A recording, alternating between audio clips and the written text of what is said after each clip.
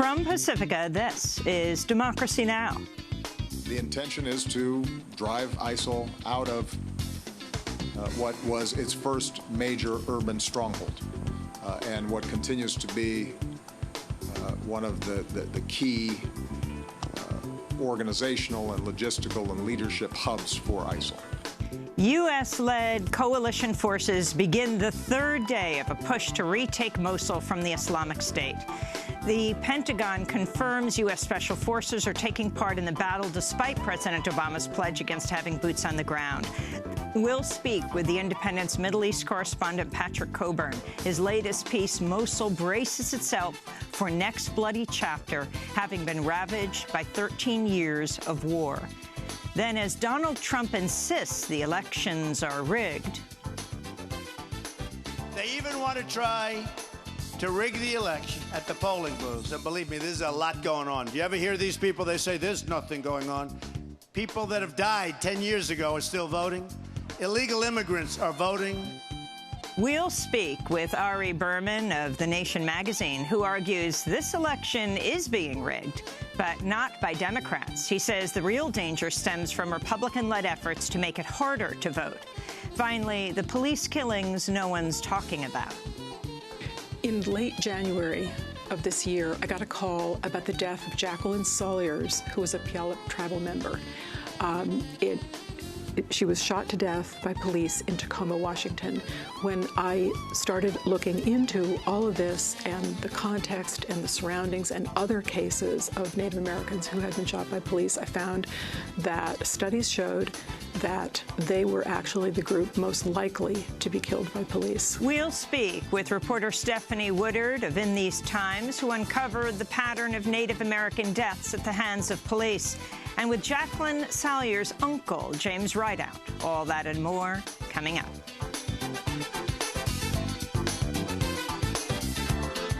Welcome to Democracy Now!, democracynow.org, the War and Peace Report. I'm Amy Goodman.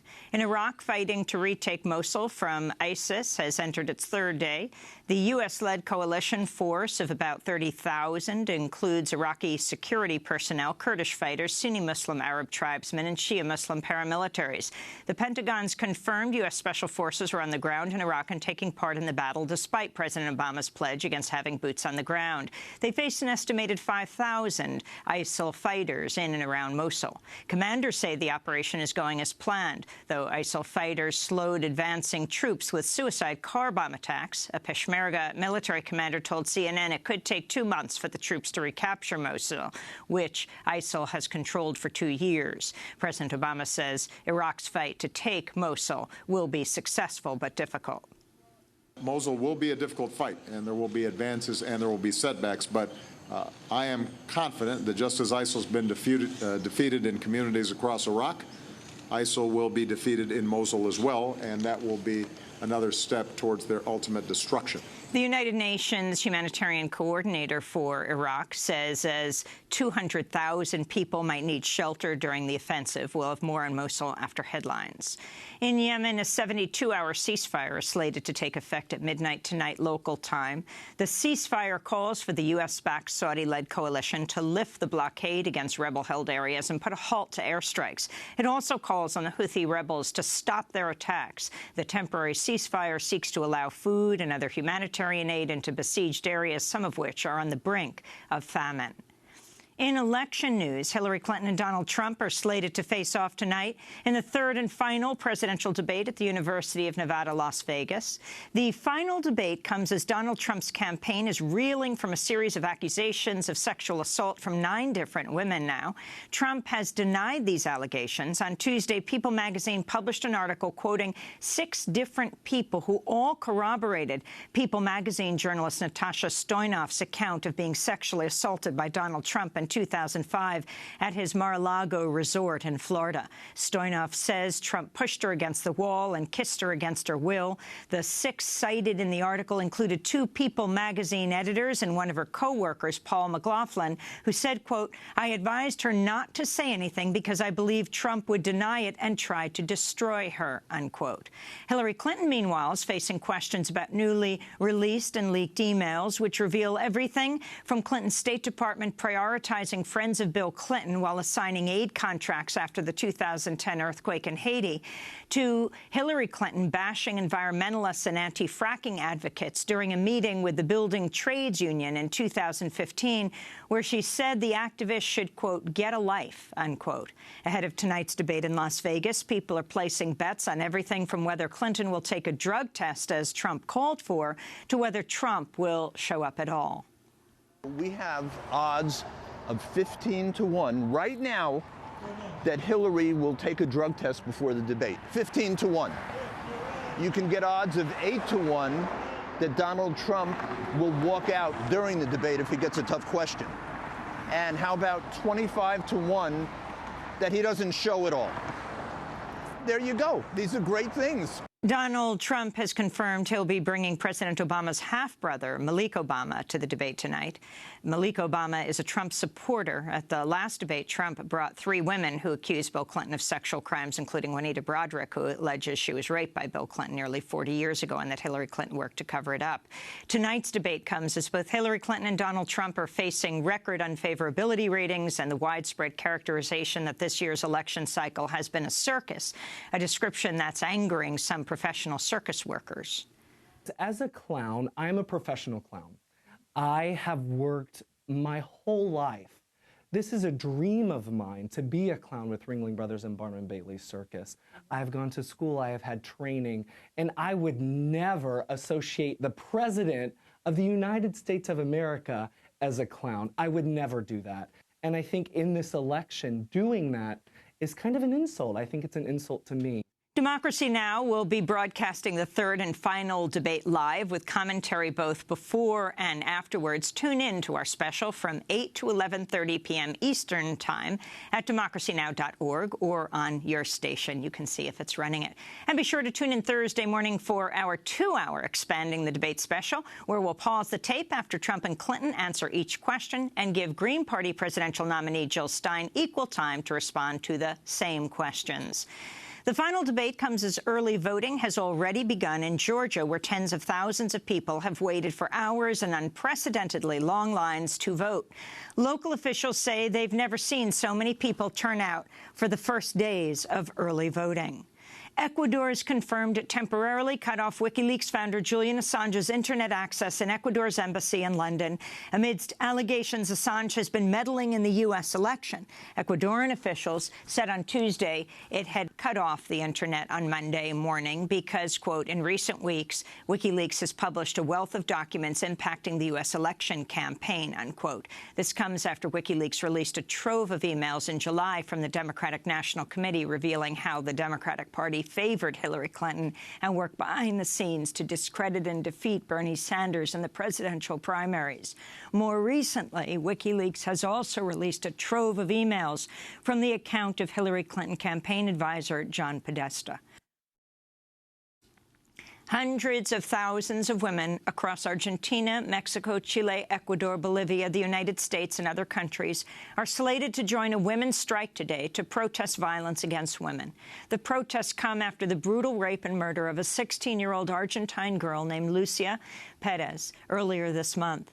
The day's protests are organized under the banner hashtag Miércoles Negro, or Black Wednesday, and hashtag Vivas nos queremos, or Alive, we want us. In North Dakota, a Wisconsin sheriff's deputy has been arrested after being found passed out from intoxication in his car. Deputy Ryan Fowler had been dispatched to North Dakota along with dozens of other Wisconsin sheriff's deputies at the request of North Dakota's Morton County Sheriff Kyle Kirkmeyer, who requested the assistance of hundreds of out-of-town state deputies amidst an ongoing crackdown against the resistance to the $3.8 billion Dakota Access Pipeline. Deputy Fowler now faces charges and has been put on paid leave. In Seattle, more than 2,000 teachers are slated to arrive at schools today across the Seattle public school system wearing T-shirts reading hashtag Black Lives Matter at school. It's the first action of its kind in Seattle. Many teachers have also committed to focusing their lessons today on institutional racism and the significance of the Black Lives Matter movement. Meanwhile, in Pennsylvania, more than 5,000 faculty members and coaches have launched a strike today at 14 different state universities. The faculty members are on strike to protest dramatic cuts to their health care. They are also demanding improved salaries. It's the first time in the union's 34-year history that faculty members have gone on strike. And in France, a court has rejected a bid to stop the French government from demolishing the refugee camp in Calais known as the Jungle. For months, French authorities have been seeking to shut down the camp, which is home to thousands of refugees from Iraq, Afghanistan, Syria, Sudan, Somalia, and other war-torn regions who are seeking to reach England by crossing the Channel Tunnel. On Tuesday, a court in the city of Lille rejected an appeal from 11 charities which had sued the French government over the plan, arguing the camp's demolition violates the refugees' rights. In light of the ruling, some of the charities are arguing as many refugee children as possible should be permitted to resettle in England. The dismantling should happen this way. Take people for whom we have a solution, here students, elsewhere children who have family in England, and take them to England. Those were the situations we asked the court to enable to take place. On Tuesday, about a dozen of the camp's more than 1,000 children and teenagers were permitted to resettle in Britain. And those are some of the headlines. This is Democracy Now!, democracynow.org, the War and Peace Report. I'm Amy Goodman. We begin today's show in Iraq. We're fighting to retake the last stronghold of the Islamic State, and the country has entered its third day. The U.S.-led coalition force of about 30,000 includes Iraqi security personnel, Kurdish fighters, Sunni Muslim Arab tribesmen, and Shia Muslim paramilitaries. The Pentagon's confirmed U.S. Special Forces are on the ground in Iraq and taking part in the battle, despite President Obama's pledge against having boots on the ground. They face an estimated 5,000 ISIL fighters in and around Mosul. Commanders say the operation's going as planned, though the ISIL fighters slowed advancing troops with suicide car bomb attacks. A Peshmerga military commander told CNN it could take 2 months for the troops to recapture Mosul, which ISIL has controlled for 2 years. President Obama says Iraq's fight to take Mosul will be successful but difficult. We are seeing the Iraqi forces, with the support of the coalition that includes the United States and Italy and other nations, moving forward and encircling Mosul. The intention is to drive ISIL out of what was its first major urban stronghold and what continues to be one of the key organizational and logistical and leadership hubs for ISIL. I'm confident that we can succeed, although it's going to be a tough fight and a difficult fight. President Obama said, quote, plans and infrastructure are in place for dealing with a potential humanitarian crisis in Mosul, which has a population of about 2 million people. The United Nations humanitarian coordinator for Iraq said as 200,000 people might need shelter during the offensive. Humanitarian workers say the first large group of nearly 1,000 civilians has now fled the city and crossed the border into Syria. Some expressed concern ISIL fighters would use the civilians as human shields as Iraqi forces get closer to Mosul. This is Courtney Lair with the Norwegian Refugee Council in the Iraqi city of Erbil. NRC is currently preparing for massive waves of displacement coming out of Mosul. We are expecting in the first several weeks up to 200,000 individuals and total around 700,000 people fleeing Mosul in the coming months. The humanitarian community is desperately trying to prepare, but this many people at once is extremely challenging. Well, for more, we go to London to speak with Patrick Coburn, Middle East correspondent for The Independent. His recent article is headlined, Mosul braces itself for next chapter, having been ravaged by 13 years of war. His book, just published, is titled Age of Jihad, Islamic State and the Great War for the Middle East. Patrick, welcome back to Democracy Now! Talk about what's happening in Mosul today. Well, this is a very decisive battle because this was the great victory of Islamic State when they took it by surprise in June 2014. But it's a little different, I think, from what one's been seeing on television. The forces attacking it are very fragmented. You mentioned the Iraqi army, the Shia paramilitaries, the Kurds. They all have different agendas. They have extreme rivalry. And this is one of the things that's been keeping the Islamic State in business in the past and is going to affect the course of the battle. I think the other thing to bear in mind with this battle is that it really wouldn't be happening without U.S. support. The key thing here is U.S.-led airstrikes by the coalition. We've had people describe victories by the Iraqi government, forces taking Ramadi and Fallujah, Tikrit and other places. But really what happens is that the forces advance and then call in airstrikes. In Ramadi, 70–80% of the city is demolished. Outside Fallujah, there's another town that only has 4 buildings left. So it's very much a US-led operation. And it hasn't really got into the city yet. We'll really see what's going to happen when street fighting starts. On each side of Mosul, you have a sort of level plain to the east where the Kurds are advancing. There are villages there. They're mostly Christian, Yazidi, Shabak, which is another minority. They're empty. People have fled 2 years ago. The Kurds say they won't actually enter the city. Then the Iraqi army is not very large. I mean, it's much less than the 30,000 troops. When it gets engaged in street fighting, then we'll see what happens. Will it call in the Shia paramilitaries? Will it escalate the bombing? Will there be mass destruction of Mosul, which is a really big city? It used to have 2 million people in it, like we've seen in Ramadi and other places. Patrick, you begin your piece by saying the Iraqi government and its allies may eventually capture Mosul from ISIS, but this could be just a new chapter in the war. Explain. Well, Mosul has been captured or recaptured 5 times since 2003. I was with the Kurdish forces then, who captured it just as the Iraqi army of Saddam Hussein was defending it. And almost immediately there was a battle with the Arab residents. I mean, Mosul is about 3/4 Sunni Arab. The Kurds moved in. There was mass looting everywhere. My car had Kurdish number plates, and a crowd came out of a mosque and identified Kurds as enemies, as looters, and were threatening to lynch my driver. Fortunately, somebody dissuaded them from doing this. I went to the local hospital, and there was shooting all around it. The local Arabs were, Sunni Arabs were being called by the mosques to defend their streets. They're putting up barricades. So this is a sort of deeply divided place.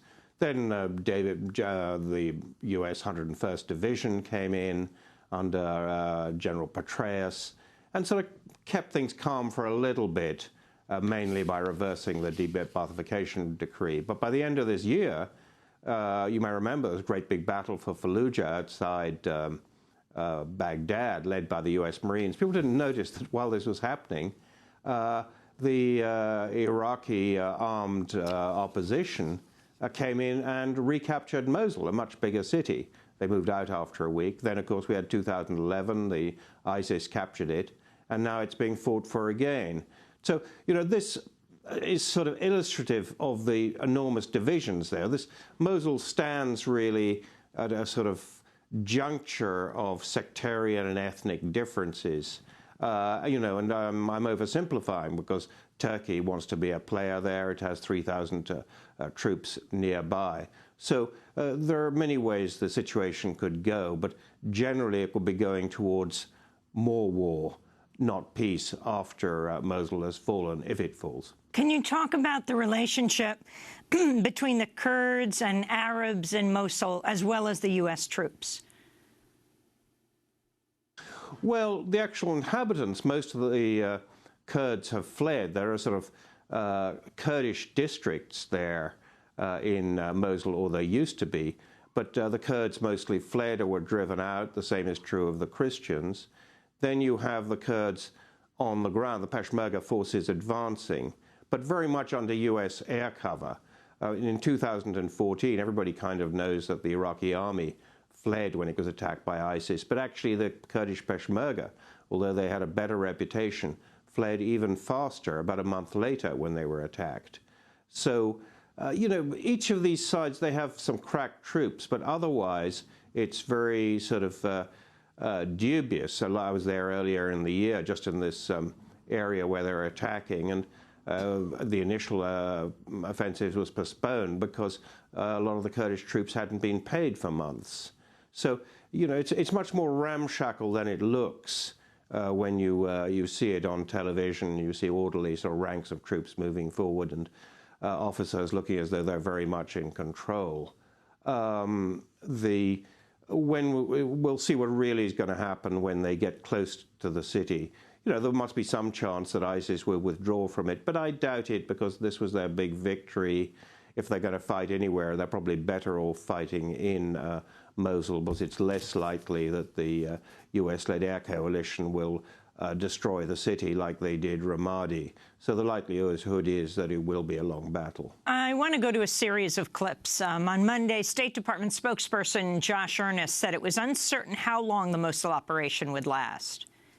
I'm not aware that any sort of specific time frame has been laid out for when that operation would be completed. Obviously, this represents the next important step in our campaigns, or our campaign against ISIL in Iraq.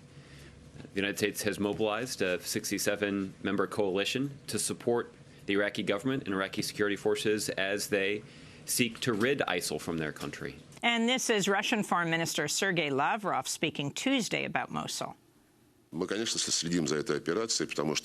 course we are following this Mosul operation because we all are interested in defeating the so-called Islamic State. The city is not completely encircled as far as I know. I don't know why, but I hope it's because they simply couldn't do it, rather than because they didn't want to do it. At least this corridor, which still exists, poses a risk that Islamic State members will leave Iraq, Mosul, and head to Syria. Iraqi Foreign Minister Ibrahim al-Jafri said Tuesday he's relying on support from the international community in the fight against ISIS. Daesh will not stop at Iraq. It will extend its hands and arms into different parts of the world. So we must look at it from this perspective. Iraq is not only fighting to defend itself, but also to defend all countries of the world, especially as these foreign fighters that are fighting for Daesh, they come from more than 100 countries. So very humbly we say that we are defending ourselves and all countries of the civilized world, and we are defending democracy. So, Patrick Coburn, as you hear the Iraqi Foreign Minister and Sergei Lavrov of Russia and the U.S. talk about the international significance of this and also what this means for Syria. Well, you know, what happens there, like everything that happens in Iraq, affects countries outside. But it's, you know, it's one of the tragedies of Iraq and also Syria that you have factions and different parties within the country, but they're all plugged into outside allies, all of whom have their own rivalries and all of whom have their own agendas. So, and these don't necessarily lead towards peace. I mean, Turkey is saying that it wants to preserve the Sunni dominance in Mosul. Obviously, there are the Kurds, the Shia, the Iraqi government have their own agendas. How does this impact on Syria? Well, to some extent, it's a defeat for ISIS in Iraq, but a defeat for ISIS in Syria. But one of the reasons we have ISIS at all, why they took the city in 2014, was they were able to expand into Syria during the war there. They were able to take advantage of the Syrian civil war and their own experience and money and weapons and officers to move into the war zone and take over most of eastern Syria. So that will be affected by what's happening in Mosul. And what about the humanitarian situation, a city of 2 million, what this means? Yeah, nobody quite knows how many are left there, you know, but it's probably over 1 million. The World Food Programme have been saying they were trying to pre-position food for 1 million people. The thing is that, you know, all these sieges, both in Iraq and Syria, have a certain amount in common. That you have, whether it's in the various districts in Damascus, whether it's East Aleppo, whether it's Ramadi or Fallujah or Mosul, that the government forces want to separate the fighters from the civilian population. They do that by bombarding these places. Those who are defending the places, in this case ISIS, obviously don't want to lose the civilian population, so they prevent them leaving. Then they're described as human shields. It kind of depends who's doing the describing, of course. In East Aleppo, they aren't described as human shields. But basically, whoever is on the defending side has the same interest to keep the civilian population. I mean, don't there. they have to be very desperate, Patrick, to be fleeing into Syria? Well, that has been the way out. It may seem that way, but the people I've spoken to who've got out, it seemed to be easier to, before this happened, to sort of bribe your way out or pay Islamic State. It used to cost about $600 per person to get out. You know, if you're a family of 5, it's quite a lot of money for them. And then you'd cross into the Kurdish-controlled area of northeast Syria. You're not crossing into Islamic State-controlled territory. You'd move into Kurdish-controlled territory and then move to camps there, and then maybe move onward from there. That seemed to be the easiest route.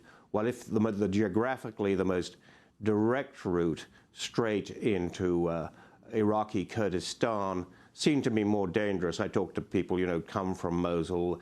They'd paid money to guides and so forth, but they're walking through fields that they thought there were mines there. They were frightened that the Peshmerga might mistake them for suicide bombers and would shoot them. So it seemed to be the safer route to go west rather than east. Though, of course, you're quite right. Geographically, it's much longer. And we're talking to you, of course, in the midst of the U.S. election, just a few weeks away. Talk about this in terms of the positions of Hillary Clinton and Donald Trump on the Middle East. Well, you know, does this have an effect on the election? You know, I wonder. There are lots of conspiracy theories in the Middle East and beyond that it's planned now in order to affect the election in the U.S. If Mosul were to fall, then this will be a plus for the Obama administration and therefore for Hillary Clinton. It seems to be a bit far-fetched because it was pretty predictable that it's not going to fall immediately. So, will it really do them much good? Then one has to look at the whole situation in Iraq and Syria and what will be, with the effect of the outcome of the presidential election on that. Hillary Clinton and a number of her sort of leading candidates for high positions have talked about no-fly zones in Syria, talked about making Assad and Islamic State equal targets and somehow raising a moderate force to fight both. I would have thought that idea should be dead on the carpet because the Pentagon and others have been trying that for 4 or 5 years, and it's not only failed, it's failed, it's almost become a joke. So I'd be a bit surprised. No-fly zones sound sort of benign, but a no-fly zone that excludes the Russians? Are we going to shoot down Russian planes and start the Third World War? Who is going to control things on the ground? The armed opposition is very much dominated by al-Nusra and ISIS. I don't know how far they consider these practical policies. So, it could change for the worse. There's a lot of expectation in the Middle East that post-Obama there'll be a sort of tougher U.S. line on Assad. There will be more intervention and so forth. But I don't know if that's going to be fulfilled. If there is more intervention, then I think it's going to go the same way as these other interventions that we've seen in Iraq, we've seen to a degree in Syria, we've seen in Libya, that they do really badly. They make bad situations worse. Patrick Coburn, we're going to leave it there, Middle East correspondent for The Independent. We'll link to your article. Mosul braces itself for next bloody chapter, having been ravaged by 13 years of war. Patrick Coburn's book, The Age of Jihad, Islamic State and the Great War for the Middle East. This is Democracy Now! Donald Trump says the elections are rigged. We'll speak with the nation's Ari Berman. He says they're rigged, but in a very different way. Stay with us.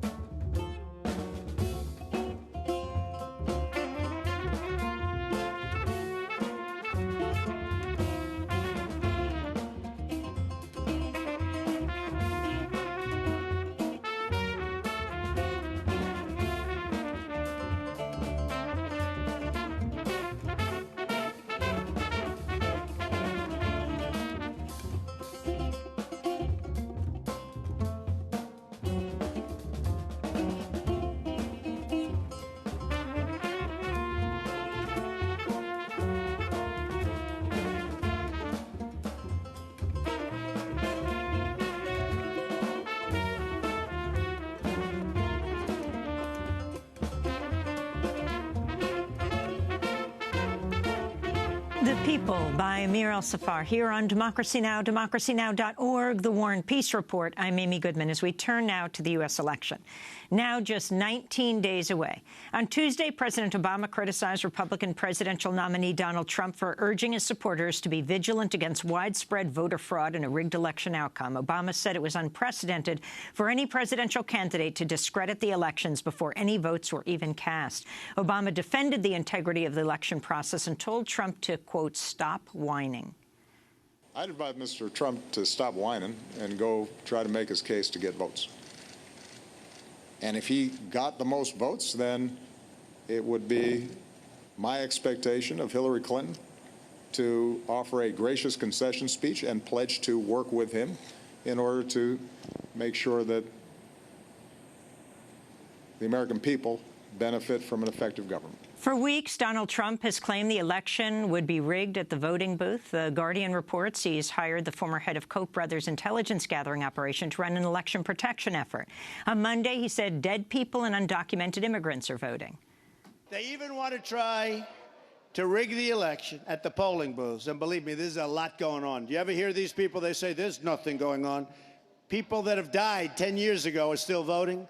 Illegal immigrants are voting. I mean, where are the street smarts of some of these politicians? They don't have any, is right. So many cities are corrupt and voter fraud is very, very common. Donald Trump's claims of a rigged election have been widely criticized by both Democrats and Republicans this week. Ohio's Republican Secretary of State said Trump is wrong in engaging in irresponsible rhetoric, adding, I'm in charge of elections in Ohio and they're not going to be rigged. Meanwhile, experts say cases of voting fraud are very rare. One study by Loyola Law School found just 31 instances involving allegations of voter impersonation out of 1 billion votes cast in U.S. elections between the years 2000 and 2014. All this comes as this year's presidential election is the first in half a century to take place without the full protection of the Voting Rights Act. 14 states, nearly all controlled by Republicans, also have new voting restrictions in place. For more, we're going to The Nation magazine's Ari Berman, who argues in his latest piece that this election is being rigged, but not by Democrats. He says the true danger to American democracy stems from Republican-led efforts to make it harder to vote. His book is called Give Us the Ballot, The Modern Struggle for Voting Rights in America. Ari Berman, welcome back to Democracy Now! Good to see you again, Amy. So you're saying they're rigged, too, very differently than Trump. Very differently. What I'm saying is that the big threat to American democracy is from Republican-led efforts to make it harder to vote.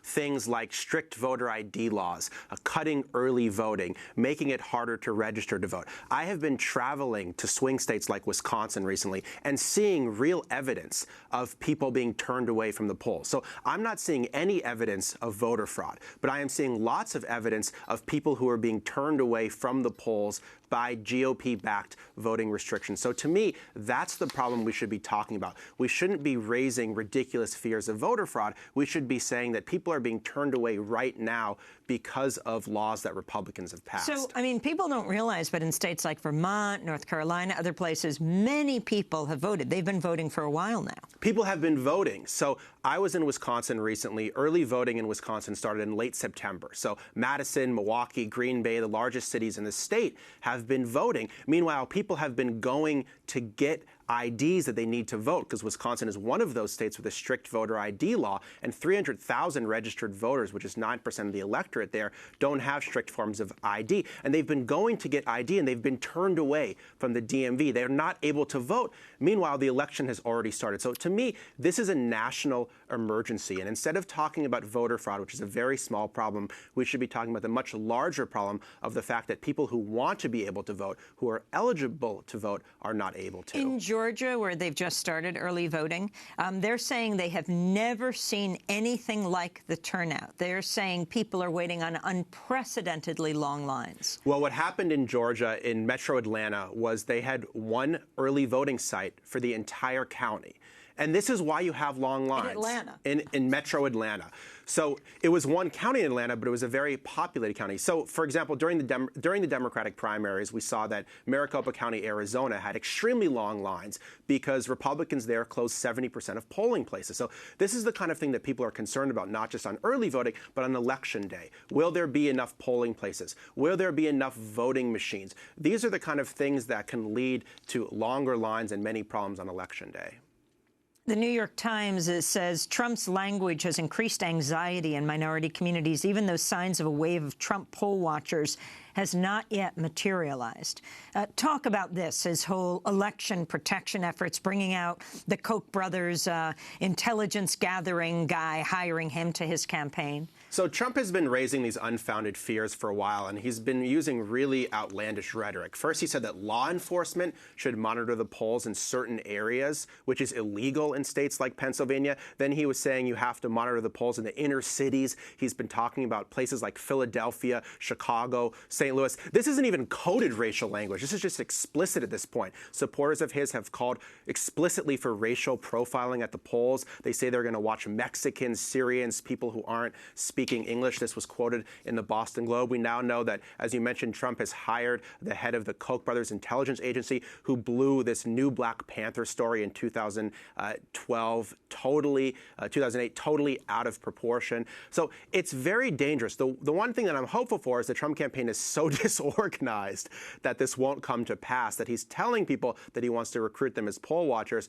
but the campaign has been in such disarray that hopefully it won't come to pass. But if it did happen, if they really did try to challenge people at the polls specifically based on racial profiling, it could get very ugly on Election Day. So talk more about the fact that this is the first presidential election in over half a century without the full protections of the Voting Rights Act. So what that means in practice is that 14 states have new voting restrictions in place for the first presidential cycle in 2016. Very important swing states like Ohio and Wisconsin and Virginia. These are states that are controlled by Republicans, by the way. So if the vote was being rigged for Hillary, it would have to be Republicans that were rigging it, which is a ridiculous hypothetical. Instead, what we're seeing is that many of these officials are making it harder for Democratic-leaning constituencies to be able to vote. In Wisconsin, people are being turned away by their voter ID law. In Ohio, 1 million people were purged from the voting rolls. They were supposed to be put back on the rolls, but the state has resisted. In Texas, they're still telling people they need photo ID to cast a ballot, even though they don't. So there are a lot of potential issues here, and we're already seeing problems during early voting in the run-up to Election Day. What are you most concerned about now as the cases go through the courts and we see on the ground what's happening all over the country? I'm concerned that history is repeating itself here, that we have a very long and ugly history in this country of people being turned away from the polls by things like poll taxes and literacy tests and grandfather clauses. And we're seeing a new iteration of these kind of things today. We're seeing people that are being turned away because they don't have strict forms of ID, or because the amount of time they have to vote has been cut, or because there aren't enough polling places. And I think there are going to be lots. What do you mean the amount of time they have to vote is cut? Meaning that states have cut early voting. So in Florida in 2012, when they cut early voting, there were 7-hour lines because people had fewer days to vote and there were fewer polling places, and that had a real impact on elections. We saw that in Ohio 2004, for example. So I'm concerned that lots of people who want to be able to vote, who are eligible to vote, won't be able to. I'm not concerned about the very, very, very small problem of voter fraud that's been completely blown out of proportion.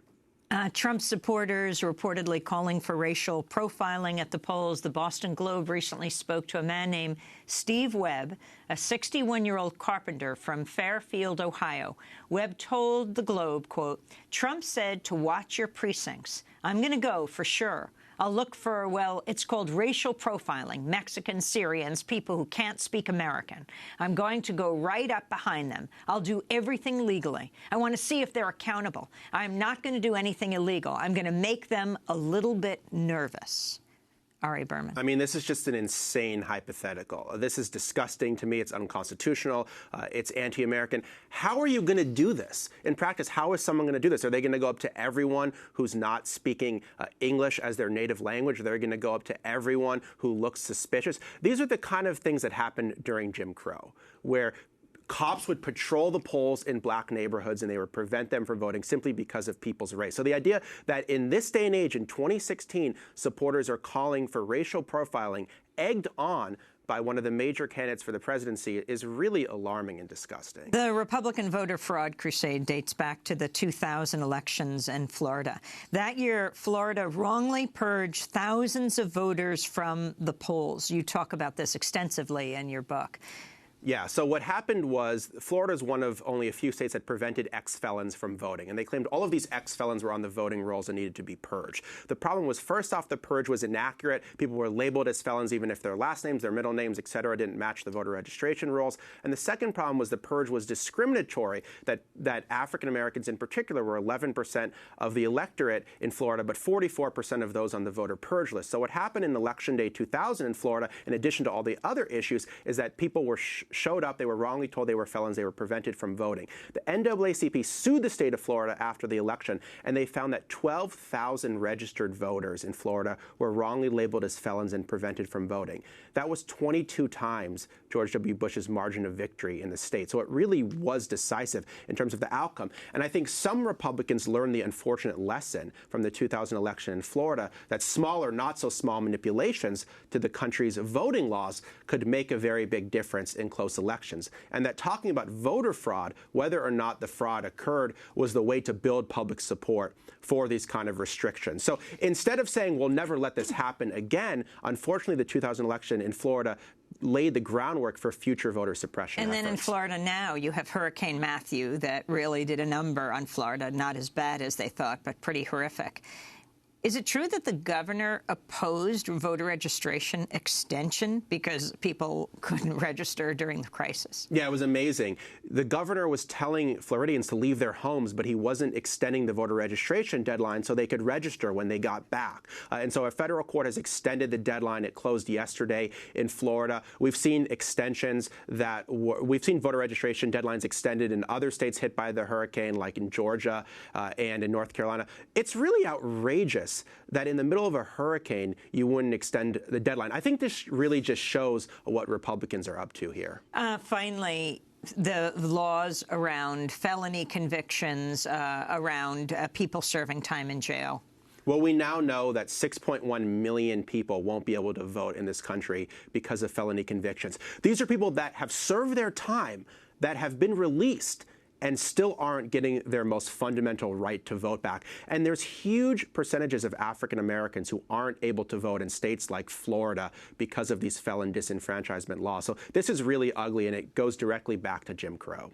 We want to thank you, Ari, for joining us. Ari Berman, senior contributing writer for The Nation. We'll link to your piece. This election is being rigged, but not by Democrats.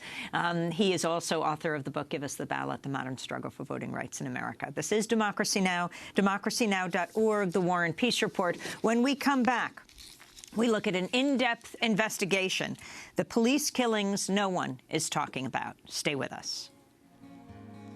Climbing the skies,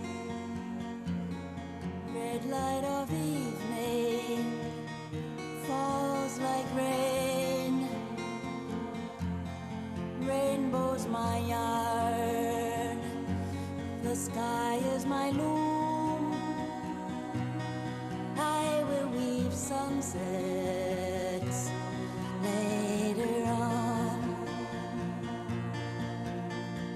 snow woman climbing the wind, blue light of winter fills her baskets. Oh, changing woman, dance on the weather, lightning and feathers mark her trail. Life lovers splinting the worlds, healing the broken in the lane. Reach out to me, give me your hand. Eagle Man, Changing Woman by the great Buffy St. Marie. This is Democracy Now!, democracynow.org, The War and Peace Report. I'm Amy Goodman. We end today's show looking at a new investigation by In These Times magazine that explodes myths about who's most likely to die at the hands of police. The article is titled, "The Police Killings No One is Talking About." It explains, quote, when compared to their percentage of the U.S. population, Native Americans were more likely to be killed by police than any other group, including African Americans. Analysis of CDC data from 1999 to 2014 shows Native Americans are 3.1 times more likely to be killed by police than white Americans. The investigation also found that cases of African-American deaths at the hands of police tend to dominate headlines, while killings of Native people go almost entirely unreported by mainstream U.S. media. One case that received almost no national coverage was the police killing of Jacqueline Salyers, a 32-year-old pregnant mother and member of the Puyallup tribe. She was killed by police in Tacoma, Washington, January 28, 2016. Salyers was at the wheel of a parked car when police spotted her partner, Kenneth Wright, who had multiple outstanding warrants, in the passenger seat. Police shot and killed Salyers while Wright escaped. The shooting was ruled justified based on an officer's testimony that Salyers had attempted to run him down with the car. But family members dispute that account. Their Justice for Jackie group is also supporting an initiative to change Washington law to improve police accountability. For more, we're joined by reporter Stephanie Woodard, who wrote the In These Times story, The Police Killings No One's Talking About, and with us, Jacqueline Salyers' uncle, James Rideout. We welcome you both to Democracy Now! So tell us the story of Jacqueline. We'll begin there. Stephanie. Yeah. So Jackie was in a parked car. There were warrants outstanding for her partner. There's very little information about what happened that night other than what the police are telling us. Tacoma police did not at that time use dash or body cams. There was a police surveillance camera on the street which apparently malfunctioned from just before to just after the shooting. And there were some security cameras on a house nearby, both front and back of the house, that might have recorded useful information. However, when the police took them as part of their investigation, they apparently broke them and the hard drives to which they were connected. So we have very, very little information about what went on that night other than what the officers have told us. The family has gotten underway its own investigation and is talking to additional people to see if there's any more information available. What seems to have happened is that the car seems to have started up at a very, very slow speed because it coasted to a stop just a few feet later after she was shot. She was then dragged out of the car onto the sidewalk, dragged into a police car, driven around the corner, and then dragged back out onto the pavement where she received chest compressions. She may well have been dead at this point. So there was a lot of concern among family members that her body had been disrespected, sort of manhandled, even while she had been shot. It later turned out her body was returned to the family and buried, and then it turned out that she had actually been pregnant at the time, and that was additionally upsetting to the family, because they would have had a different sort of traditional ritual for the child in addition to the mother, had they known that the child existed. It was when I got out to Tacoma to talk to family members and attend a family meeting and interact with them in various ways, it was clear that, like any family that's gone through this, it was incredibly traumatic. James Rideout, you are part of the Justice for Jackie group. You've even traveled to Washington. Can you talk about who Jackie was and what you believe happened and what you're demanding now? Jacqueline Sawyers is a member of the Puyallup tribe. Just correcting her pronunciation. Sorry, you said She's a member of the tribe for Puyallup tribe, yes. Puyallup. And she's been a member of the tribe for 32 years. Jacqueline Sawyers was a very, very loving, caring, considerate person that didn't deserve to die. And we have to find alternatives to speak for her, because in that spirit world, you know, there's nobody to speak for her but her family. And so we've seek through circumstances of this case of how do we get something done, especially when there's no media coverage. The first thing Como 4 News said to me is that this killing's going to be justified. And I didn't quite understand all of these things that go along with these types of circumstances. But as several months went by since January 28th, we've discovered so many multiples of things that are unjust in society, and how things work and how they operate. And it's a really disgusting circumstance when your loved one is killed by the laws of the law enforcement, and how protected they are by the unions. And it's very difficult. But today we have a greater opportunity to fight the injustices, because we have a federal government and our tribe that is taking a position in this whole policing and how they police the cities and counties and our tribes and the agencies. If it was for another family member or someone that didn't have those types of resources, it is extremely difficult. And we found that we had got all victims that we can accumulate, which was pretty easy to do because they're all fall in victim of police brutality. That's what started Community for Good Policing here at our tribe. And so our tribe today provides hope to this initiative, I-873. I-873 is an initiative that we're looking to change the laws. Here in the state of Washington, they have a law that's called malice and good faith. And under this law, and this is the only state in the United States that has this law, that no officer can ever be prosecuted for any of their actions. So when Como 4 News had explained to me that, you know, this is going to be justified, that's what it meant. And, you know, upon learning these things, our tribe took a position. They're supporting the initiative. And we're looking forward to get 250,000 signatures here in Washington State. Tomorrow we go to the state capitol at 1 o'clock for an initiative rally for, you know, a big push. But it's extremely difficult when we speak to city council members, the mayor, even Governor Inslee here in the state about this circumstances that are happening. But because it's an election year, it's tough for them to, you know, gather that type of support when they're trying to position themselves in their own communities.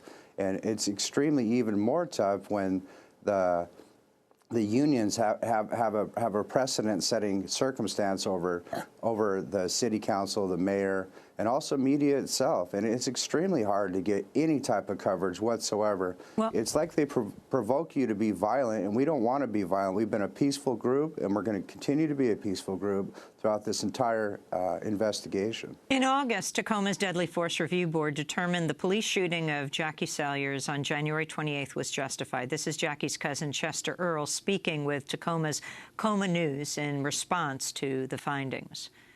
There's no way we'll ever accept that investigation. We just won't. There's no way we can. And you have a Tacoma officer being investigated by Tacoma police, being decided by the Pierce County prosecutor. They all work together, and then TPD and the union, which the officers work for, investigating themselves. So I want to ask Stephanie Woodard if you can put this in a broader context, the police killings of Native Americans, what you have found. Yes. Over the course of this investigation, we looked at two really important studies that had come out. So in addition to finding as many as we could of the individuals who had been killed under questionable circumstances and covering their stories in the article, we looked at information that Mike Males at the Center for Juvenile and Criminal Justice brought out, where he showed that Native Americans were the most likely to be killed, that they were 2 of the top 3 groups and 3 of the top 5 groups when you divide the population by age, and that's in proportion to their percentage of the population. Then we looked at another study that was very interesting that came out from Claremont Graduate University, which quantified, it corroborated Mike Males's findings, but then it actually quantified the coverage in the top 10 U.S. newspapers by circulation, and it found that police brutality as an entire subject matter was covered during this 15-month period, recent 15-month period they looked at. In hundreds of articles, hundreds of thousands of words were covered, but of those, just a handful of articles and a couple thousand words were used in reference to Native victims. And actually, of all of the victims that were shot, only 2 actually were ever mentioned in these top newspapers. So there really is a kind of media blackout. It's not a blackout, it's a media blind spot. And I think that probably what you saw when you were covering the Dakota Access Pipeline was that all of a sudden people were very surprised that all of these people came out from behind the blind spot and had a very important... How important is it for a tribal government to get involved in these issues? Extremely important. It's the involvement of tribe is a very important part of this. And one of the activists actually who wrote the legislative initiative that Jim mentioned, which is intended to remove this kind of easy out for officers. That's Initiative I-873. Yes, exactly. Lisa Hayes, who wrote it, said that she thought that the involvement of the Puyallup tribe was extremely important because tribes are actually sovereign governments. They have a government-to-government relationship with the United States. They have direct relationships with other governments like states and counties and so on. So their involvement gives a great deal of weight to this. And they can talk to other tribes and say, do you want to get behind this? Do you want to talk to your members about this? So it's a big deal. James Rideout, you also went to the Justice Department and to Washington calling for an independent investigation. In this last minute we have left, what kind of response have you gotten? The response that we got from the Department of Justice is that they have too much oversight, and they couldn't cover their fiduciary responsibility to the tribes. And one of our council members had stated to them that there's 257 police stations that they have a responsibility to, and there still was no investigation. It's very disrupting that they don't do their part and do their job that they're obligated to do. But it doesn't surprise me, as we learned in this case. It's like we'd want multiple things being done, but it just doesn't happen for Indigenous people. It's like asking them to free Leonard Peltier or asking them to stop the pipeline immediately. These things just don't happen. They make it so difficult for Indigenous people, to be functionable and equal justice. And James Rideout, we're going to have to leave it there as the show ends, but we're going to do part 2, and we're going to post it online at democracynow.org. James Rideout, uncle of Jacqueline Salyers. Stephanie Woodard will link to your piece, and in these times, a major investigation, the police killings no one's talking about. That does it for our show. We'll be broadcasting from 8 Eastern Standard Time to 11:30 tonight, covering the last presidential debate, and a 2-hour special tomorrow expanding the debate. I'm Amy Goodman. Thanks so much for joining us.